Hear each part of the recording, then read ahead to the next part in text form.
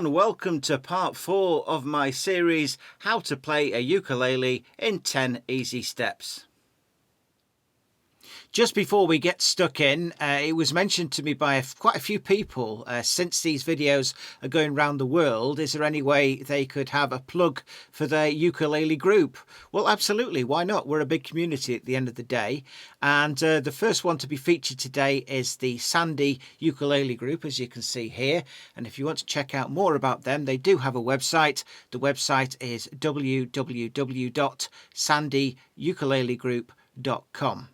So if you want your group featured, either on a poster like this or a t-shirt, for example, I'm more than happy to do it. So what is this episode all about? Well, in the past we've looked at chords that work together and belong in families, and we've illustrated this using the circle of fifths. Then we went a little bit further with the circle of fifths. Once we've learnt these chords that belong to a particular group, if you want to change the key, we could actually rotate the circle of fifths clockwise or anti-clockwise, basically to find what chords would be right for those particular keys. And I hope you enjoyed doing that.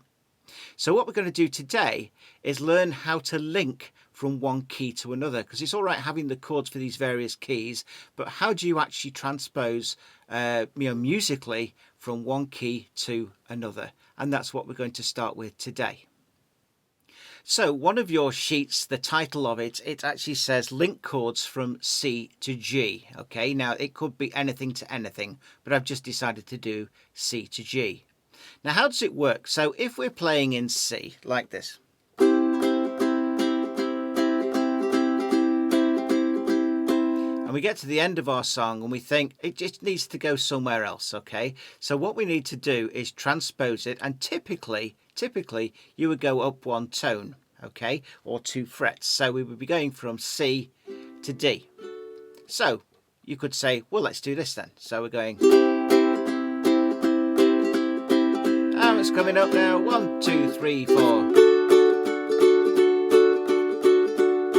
Now that's one way you could do it. Yes, of course you could do that, as long as the new key, you just play that chord for a few bars so everybody gets used to the fact you've changed key. However, there's a better way of doing it, and we use a thing called link chords. So to get from the key of C to the key of D, there is a middle chord, okay? And in this case, the middle chord is A7. Now, listen to me do it this time. So I'm going to do 8 beats on the C, I'm going to do 4 beats on the A7, and then just play a few bars in the D. Listen how nice this sounds, right? 1, 2, 1, 2, 3, 4.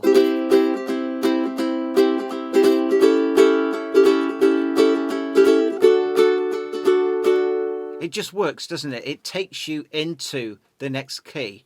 Let's do 8 beats on each, okay? 1, 2, 1, 2, 3, go.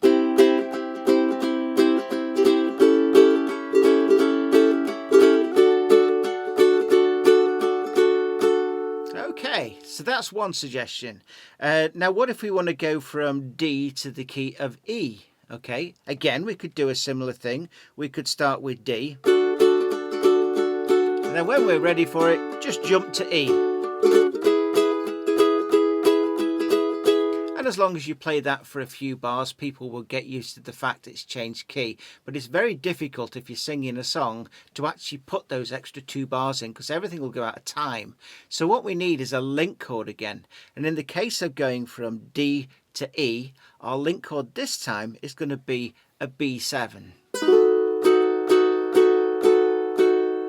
So again, I'm going to do 8 beats on D, I'm going to do 8 beats on B7, and then just carry on in E for a while, just so you can get the feel of it. Here we go. So starting in D, join me if you like. 1, 2, 1, 2, 3, 4.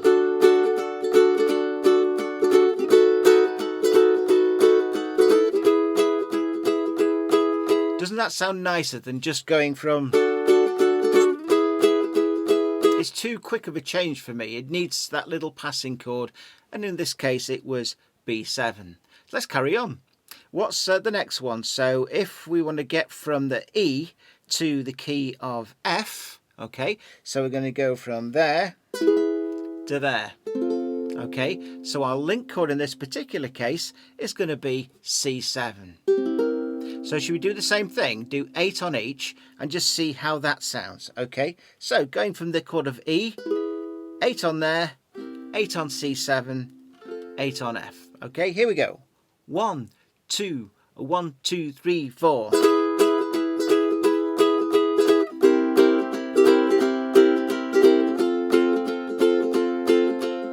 Yeah, it just works, doesn't it? Okay, let's do our final one then. So now we're going to go from the F to the G. And our link chord in this particular one is going to be the D7, which you can either play it like that, the Hawaiian style, or the one I prefer is the one with the bar. Okay, either one you want to use. So we're going to do 8 on F, 8 on D7, and 8 on G. Sounds like this. 1, 2, 1, 2, 3, 4.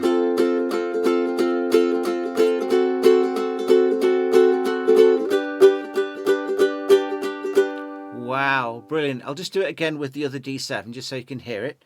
1, 2, 1, 2, 3, 4.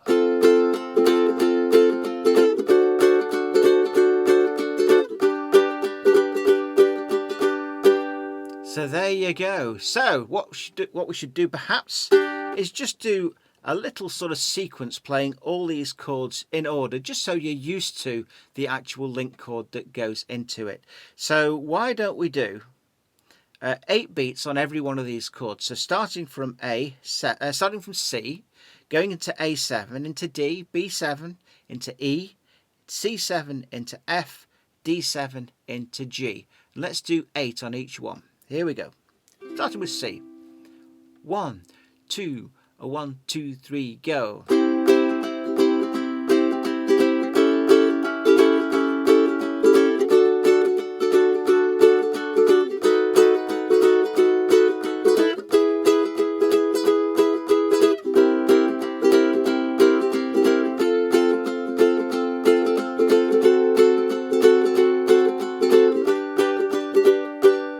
Wow, okay. Now, you may have played in a group, Folsom Prison Blues, and I believe that goes from G into A, okay? So if it's G going to A, the link chord would be E7, yeah? And then into A. So you'd have...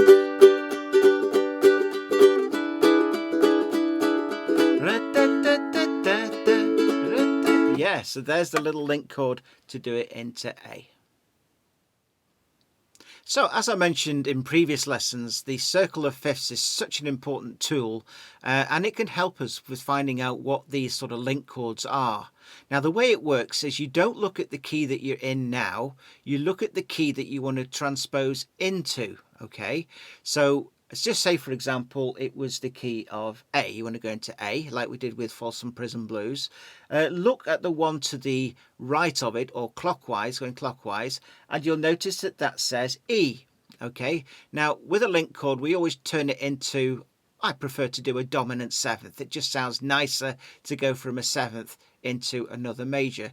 So you literally can have your circle of fifths in front of you and pick one. So let's pick another one. If I wanted to play, or I wanted to go into the key of F major, I look at the next one to the right going clockwise, and that says C, so that would be C dominant seventh. Pick one more quickly. If you wanted to go into G, have a look at the one that's next to it on the right or clockwise, and that is D. So instead of D, we're going to change it to D seventh, absolutely, and it just works. So after this lesson's finished, have a look at your printout from a previous lesson for the circle of fifths and just see if you can work out what the link chords would be to go into a particular key. So next we move on to a topic that I really enjoy, and that is exploring the diminished chord. The diminished chord is unique in many ways. It sounds, well, it's kind of a suspense chord. It's a really great one for if you're listening to something on Netflix or whatever and you hear something sort of... You get this sort of suspense sort of feel, and that's all done with our diminished chord. So what is a diminished chord exactly? Well, it's unique, as I mentioned, in the fact that it repeats itself. But before we get in too deep, let's just have a go at playing one of the diminished chords. So the one I'm going to do is the one right down at the bottom, which is this one here. If you can't see it on my fretboard, just have a look at the screen. Now, if you were just playing that one chord as a passing chord, typically I would use these fingers. So I'm using my first and second fingers. However, I want us to have a go at moving this chord, and for us to do that, we're going to do the same shape but with different fingers. We're going to use our ring finger and our pinky. Do you want to have a go at that? Okay, now to get to the next one, you can look at your sheet or you can look at the screen. What we're going to do is slide that up.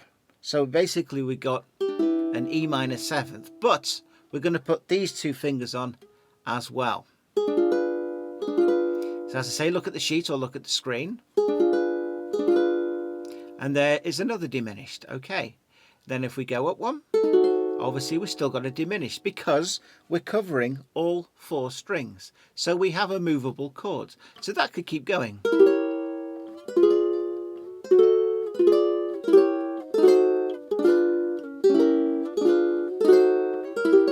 So just have a go at that.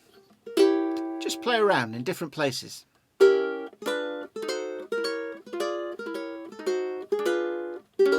think it's a great chord. Now, the clever thing about it is the chord could actually be called any one of its components. What do I mean by that? So basically every single string that you are playing when it is here, here, here, here, here, that could be the name of the chord. Wow, that's crazy, isn't it? So if we do this one here, and we're going from our strings, sort of from that one, that one, that one, that one. So doing it as if we were playing G, C, E, A. We've actually got G, C sharp, we've got E, and we've got B flat. This could be called G diminished, C sharp diminished, E diminished, or B flat diminished. It's crazy, isn't it? Absolutely. And when you see a diminished chord written without the chord grid just actually written out, you've got a choice of four. And you wonder, well, where the heck is E diminished, or where's G diminished, where's B flat diminished? Well, it's an easy way of doing it. So what I do is I call that diminished nut, just like me. So diminished nut, because I can't go any lower, and this basically is the nut. Yeah, that's it. So if we take that up, I'm going to call that diminished 1. Okay, why is it called diminished 1? Because my index finger is on the first fret, and I always, when I talk chords and numbers, it's always where my index finger is. So that would be diminished 1. This would be diminished 2. And the next one, diminished 3. That's as far as I want to go. Okay, so these are on your screen and also on your bit of paper as well. And what I want to draw your attention to is the fact that in yellow, you will notice that we have here running in this order. Yeah, we have B flat, we have E, we have G, we have C sharp. Have a look at dim nut. You've got the same notes. They're in a different order, but you've got the same notes. So you've got, let's check them off one by one. So we're at dim 3 now. So B flat, have we got a B flat in dim nut? Yes, we have. Have we got an E in dim nut? Yes, we have. Have we got a G in dim nut? Yes, we have. Have we got a C sharp? Yes, we have. So that means basically that this chord is the same as this chord. And if that means that every 3 steps, so I've got there, 1, 2, 3, logically that would mean if I move up another 3, 1, 2, 3, have a look at the next line down on your sheet, you will see dim 6, and you've got C sharp, G, B flat and E. Yes, they are in a different order, but it's still the same chord. Now, this is what makes it unique, okay? So you could call it either one of those strings. I'm going to call it now, this particular one, diminished 6. but it allows me to do what's called a run, a diminished run. And I could go either way. I could do this, or the other way. I could even go up to 9, so up to there. And if you have a look at the components, again, we've got E, B flat, C sharp and G. Yes, they are in a different order to the rest of them, but the components are the same. If the components are the same, it's going to be usable, okay? So I've now got this going downwards.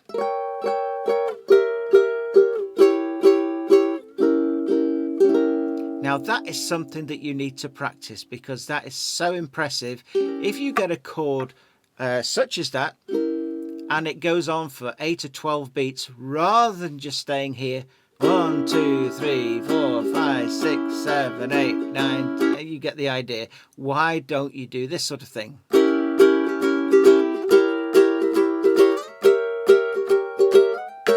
Or even just 2 of them, you know, sort of. And basically it just makes your playing sound so professional if you can do that. Now, if it can work starting from there and moving up 3 and up 3, up 3, yeah, there's no reason why I can't start here. Okay, and up 3, up 3, up 3. So now,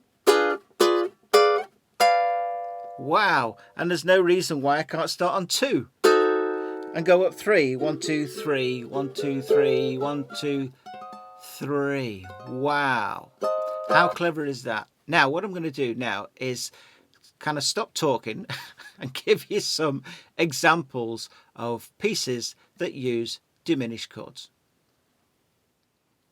So just before I get stuck in, if the sound goes off, it'll only be temporary, and it's just to do with copyright. So don't adjust your set or anything, as the saying goes.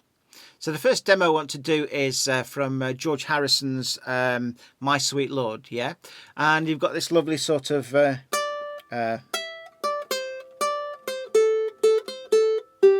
yeah, okay.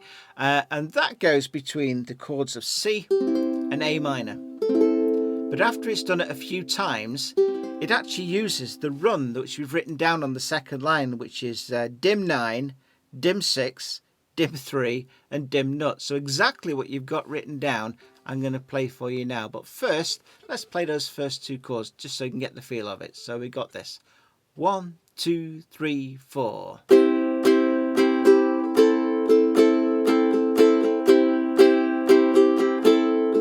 Here we go.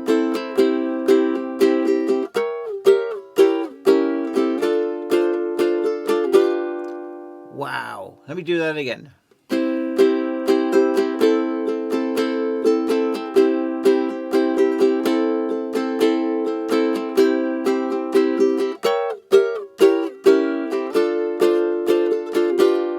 So that's exactly what's written on the second line of the diminished sheet. Fabulous. So using that same sort of diminished run, there is a piece called Lebenstraum, which is a very beautiful piano piece normally. And in the middle, it actually features the diminished really well. And it goes to basically, it suspends on diminished 6, which was just the same as the George Harrison one, yeah. But then it goes up to 9, even goes to 12. And you get this rundown that happens from 12, 9, 6, 3 and nut. Okay, so how's it sound in the piece? Sounds like this from the middle.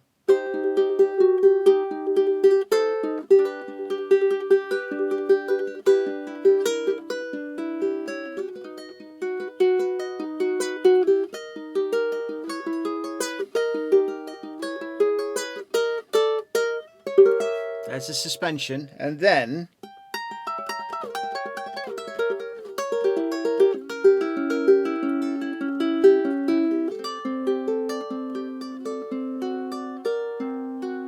it carries on. And so on. So there it is in Lebenstraum. So let's turn to jazz now, and one of my favourite jazzy pieces called Ain't Misbehaving, and it features in this particular key diminished nuts, diminished 2 and diminished 1. Now they sound weird on their own, don't they? But let me put a few more chords in and see what you think. 1, 2, 3, 4.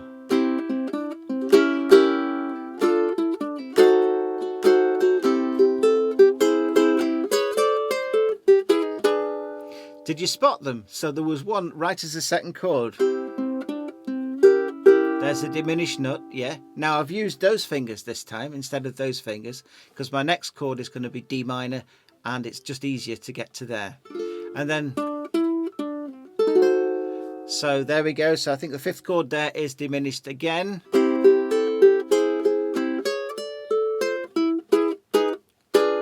Finished on diminished 1 there. So again, another example. So another example of having the diminished as a sort of sustained chord, I use in an intro for the piece Misty. And I do it like this. So have a listen to this. Diminished.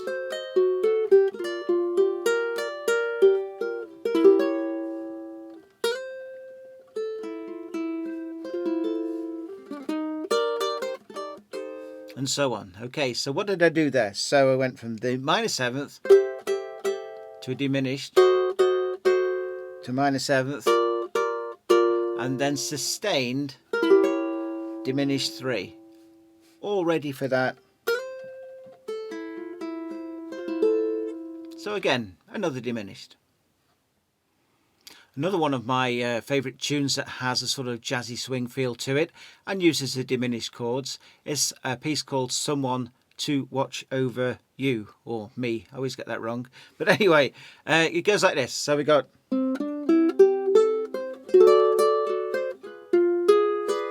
And then...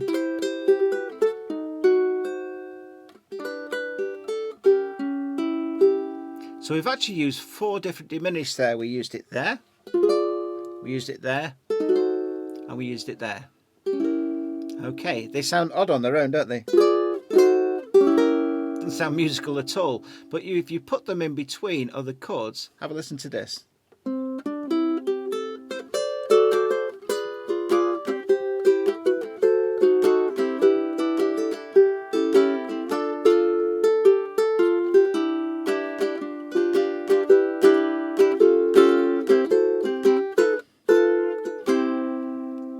So there you go. So right at the beginning of this workshop, I gave a little intro sort of piece, and I did that for a reason, and that was really to show off 1 or 2 sort of diminished chords. So I'm just going to share that now with you very quickly. So I started here with the major 7th, and then I went down to a diminished, yeah, and then a minor 7th, and then another diminished, yeah, then another minor 7th.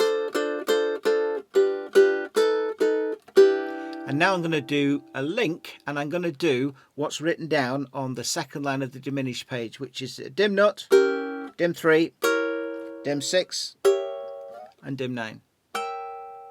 So in time, that sounds like this. A 1, 2, 3, 4.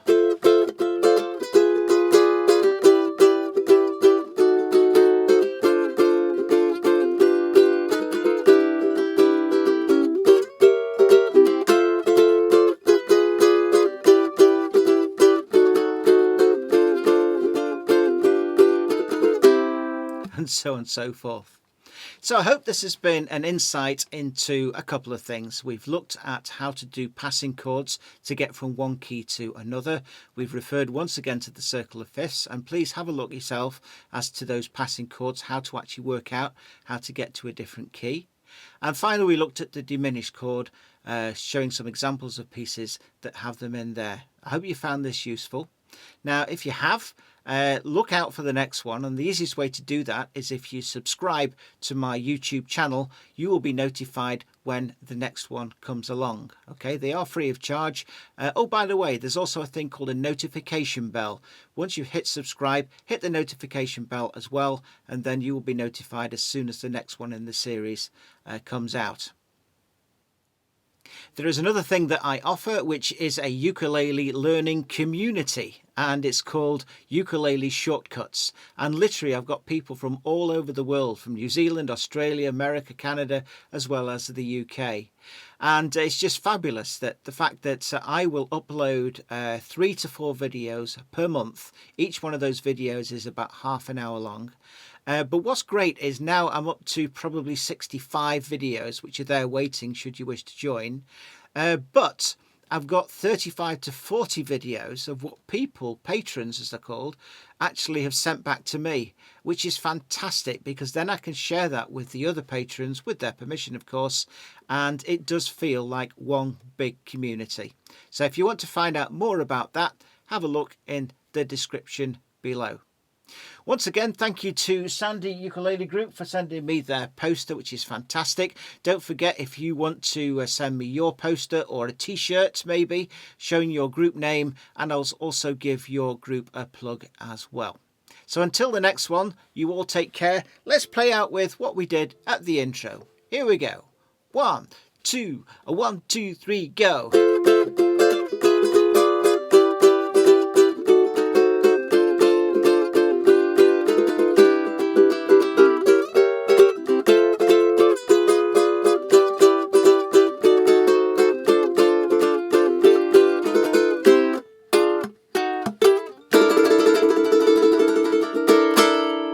You all stay safe. Tra!